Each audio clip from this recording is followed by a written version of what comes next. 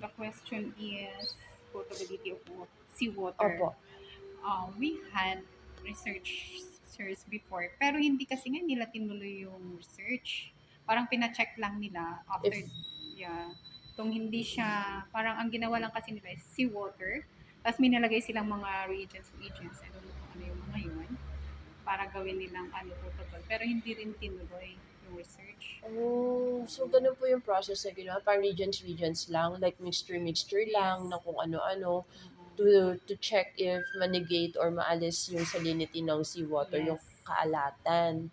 They didn't they didn't undergo any process like diffusion or kaya separation or plating using Wala po. Kasi ang sa amin lang kasi is, we don't, hindi na namin natanong si student kasi ang gusto lang naman niya for us is the total coliform and colloid of the salt water. So yes. yun lang po yung ginawa namin. So since it's failing, continuous nag-fail siya within yung ginamit nila na reagent na ganun, parang nag-stop na sila. Kasi of course, the first thing kasi na gagawin mo doon sa salt water is of course, i-check mo rin kung gaano karami yung total coliform and colloid niya. Mhm. Oo, yung bacterial count niya. Okay. So, doon sa ginamit nilang yun, hindi na sila nag-continue doon. Mhm.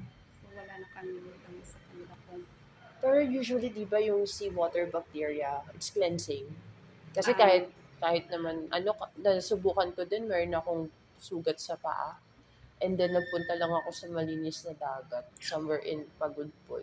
yeah. Pero I'm Wala. not sure kung saan area nila kinuha. It's either within the middle of the The sea sea or baka dito lang po sa na may bungad-bungad. mga basura. Yes, yeah, Okay that's po. the Opo. yun yung limit namin kasi Mhm. for us we just do testing, we don't do interview with the students if saan po ba nila ginawa yan, kinuha yan, ganun po.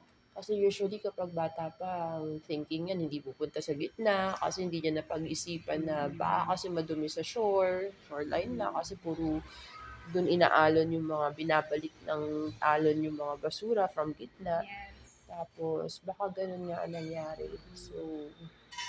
ganun po.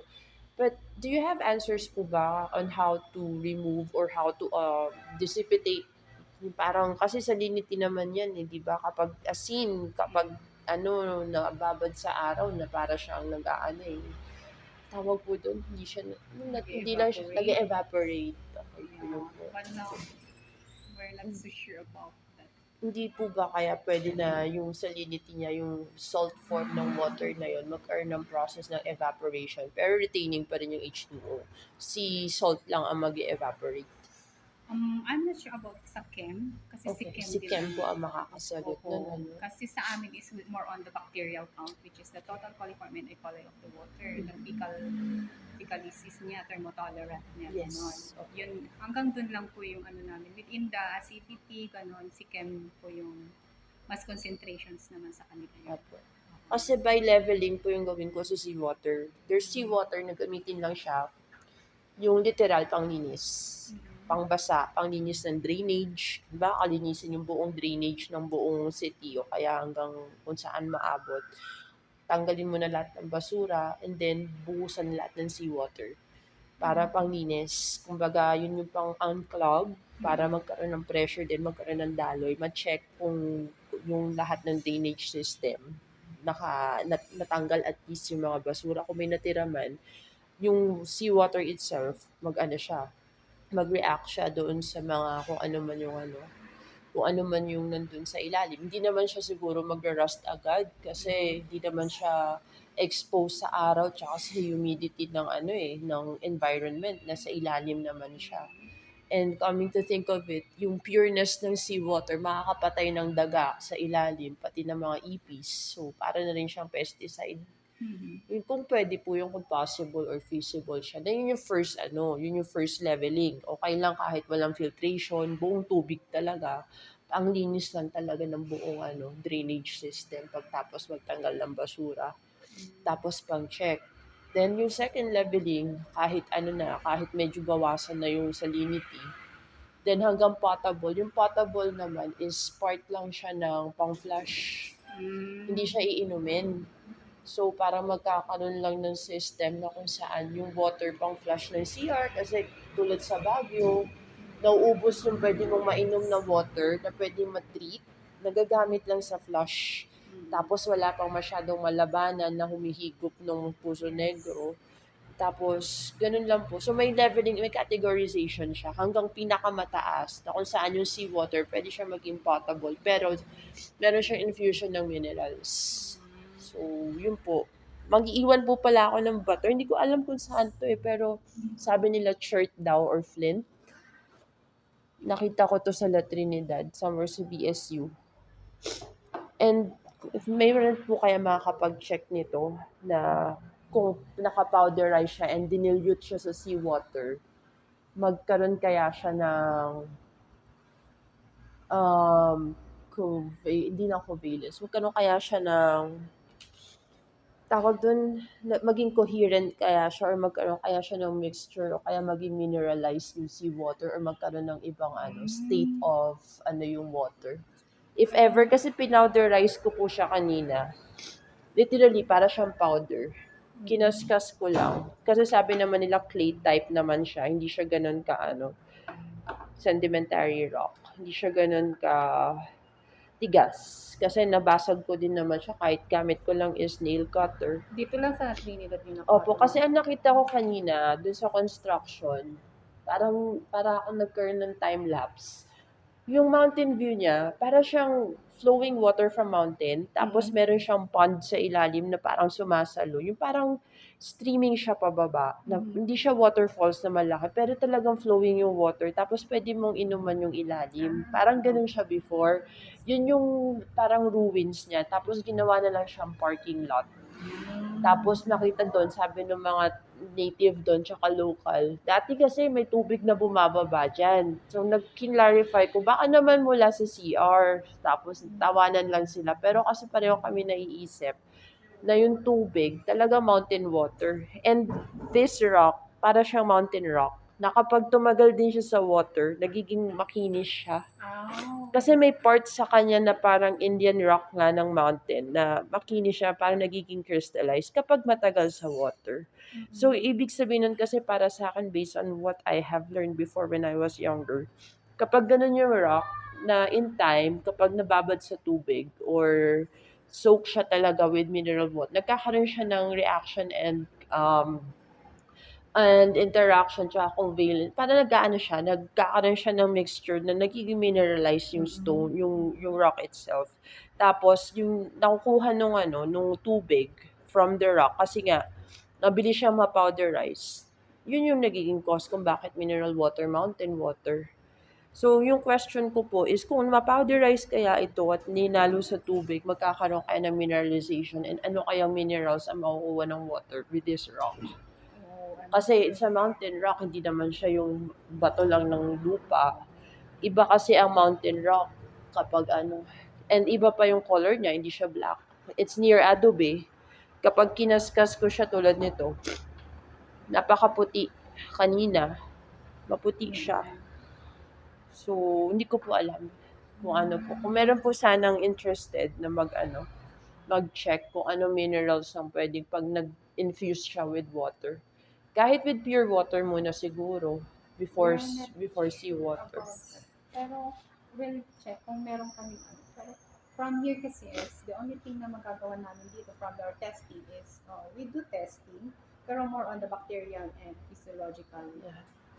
ng water and food. Pero on the other, yung mga rocks, yung mga is, we are not sure kung kanino natin siya pwedeng i-refer Ay po. para ma-check natin yung kung saan yung mga rocks natin. Ganun. Opo. Kasi sayang, kasi it's mountain rock. Yeah. So, kulay pa lang, meron na siyang something significant. And parang nakakapanghinayang nga kasi parang itinatapon lang nila eh. And you could do a lot of things with this. Lalo na kapag naging powderize siya, parang ang ganda niyong sand. Kasi kanina nung pinowderize ko, ang ganda ng pagkapulbos eh. So, yun lang naman po. Sayang kasi yung rock. Ang ganda. Napaka-rare. Ibang ko na lang po dyan sa Ano naman sa display. Hindi na po. Iwan ko, kasi wala naman na rin po akong space. Ay, ano ba yan? Inisipon ako. Wala Hindi naman po po ba akong space sa ipapatest bag. sa other lots na pwedeng... Sa chem kasi, chemical engineers, possible. Oo, dalhin niyo para ipatest sa ibang lugar kung saan testing lab, ibang testing lab, kung saan siya pwede. Bigat kasi sa bag, ito na lang sa akin. Iwan ko na lang yung large bulk. Sige po. Remembrance na lang. Para nagpunta po ako dito. Sayang kasi. Ang dami kasing mahalaga tsaka valuable sa Baguio and Benguet, lalo na din sa La Trinidad. Kahit yung sa quarry before. And dahil sobrang rare, tapos sobrang lagi nilang nakikita kahit yung mga pine trees na rare, Normal lang. normal na lang yung mga maganda. Yes. Na kaming mga lumaki sa Metro Manila, kapag nakita ng maganda, wow, alagaan nyo. Opo, sa Makati po ako So, ako you're lumaki. doing your research. And I am going to stay na rin po about to stay in Baguio na rin. Lipat na rin po lahat from voters. Ay, kasi Opo. may ano na po kayo dito. If ever po magkaroon na po na agad ng work, Ah, kahit nakaano part-time. Opo. Kasi research lang naman ito. Hmm. Pang support ko lang din sa hinahanap kong Ano po yung research natin? social science experiment po. Tapos, it's more on educational events and marketing. Testing muna ako for safety and community development. So, seawater is part of community and city development. Kasi, kailangan din maglinis, magtuturista ka, tapos yung mga turista mo, sabihan ka, love, what's happening in that city? It's so dirty. Pag ganun ako ng mga turista ko, lalo kung foreigners sila or kahit mga foreigners na may halong dugo ng Pilipino, syempre, yun naman yung nakakahiyang embarrass. Yung parang, hindi lang ako yung ma-embarrass, kundi lahat. Kasi everybody wants to sell, everybody wants to accommodate people, pero not everybody is cooperating with cleanliness, tsaka yung safety pagdating sa rape cases, o kaya pag hold up. So, hindi siya magandang situation. So, before kung i-execute yung ganun, I need to make sure din kasi talaga na maganda naman din yung cleanliness ng pupuntahan.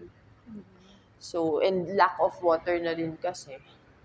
And solution talaga, huwag gamitin yung potable water na literal na galing sa rain, galing sa dams. Pero magkaroon ng alternative, kung pang-flush lang naman pala, hindi naman kailangan mainom yan. Kaya okay na yung seawater na medyo konti na lang yung at least panglinis pa yung asin ng tubig. Hindi naman yan magra-rust sa ilalim agad. So, ganun lang naman po yung way of thinking ko about it, leveling. Kasi yung mga kabataan, researching about it, they are so young pa din kasi.